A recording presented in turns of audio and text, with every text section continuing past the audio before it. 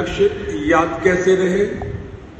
सोते उठते खाते पीते बैठते कैसे याद रहे? तब हमने देखा राजस्थान में पनहारियों को ये कुएं से पानी लेकर के आती हैं। एक मटका सर पे पानी का, दूसरा मटका, तीसरा मटका, चौथा मटका, 4-4 मटके सर पे रख करके ये चलती हैं। साथ में अपने सहेलियों के साथ में बात भी करती हैं, गीत गाती भी चलती हैं, सड़क पर चल भी रही हैं, चलते हुए भी, गीत गाते हुए भी, बातचीत करते हुए भी इनका ध्यान अपने मटकों पर है। चलते हुए, बात करते हुए, गीत गाते हुए ध्यान मटकों पर है, इसलिए मटके सुरक्षित हैं।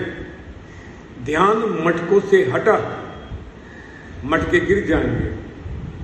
जबकि मटके किसी रस्सी से नहीं बंधे हुए हैं, वो ध्यान की रस्सी से बंधे हुए हैं। ध्यान हमारा टारगेट, हमारा फोकस, हमारा लक्ष्य, ये मटके हैं, जल घर ले जाना है।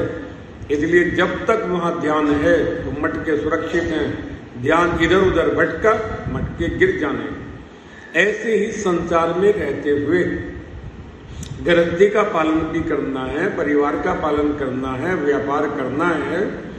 ये सब करते हुए लक्ष्य अपने जीवन पर इस संसार में किस लिए आए हैं, क्या उद्देश्य लेकर के आए हैं, क्या उस कार्य को कर रहे हैं, ये मूल हमारा होना चाहिए।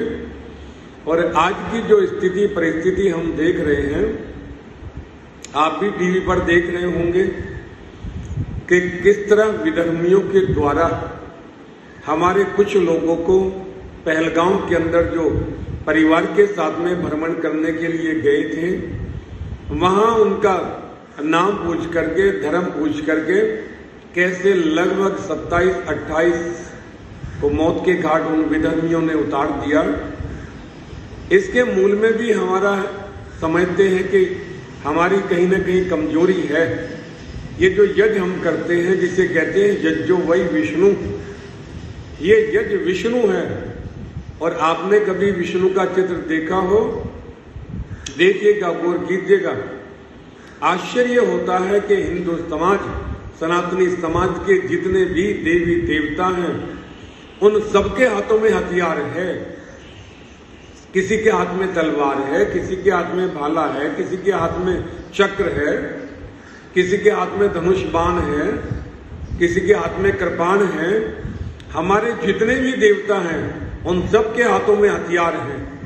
और हम उन देवताओं को मानने वाले, हमारे पास में कोई साधन नहीं होता है, न हम लेकर के चलते हैं। विष्णु को देखें आप, जैसे यज्ञ से हम करते हैं, आहुति देते हैं, यज्ञो वै विष्णु, विष्णु के हाथ में आप देखें, जो संसार का पालन करने वाला परम पिता का नाम भी विष्णु एक है। और विष्णु के हाथ में देखें, एक हाथ में उसके चक्र है, दूसरे हाथ में शंख है, तीसरे हाथ में गदा है और चौथे हाथ में कमल है। चारों हाथ जो दिखाए गए हैं, 4 हाथ होते नहीं है।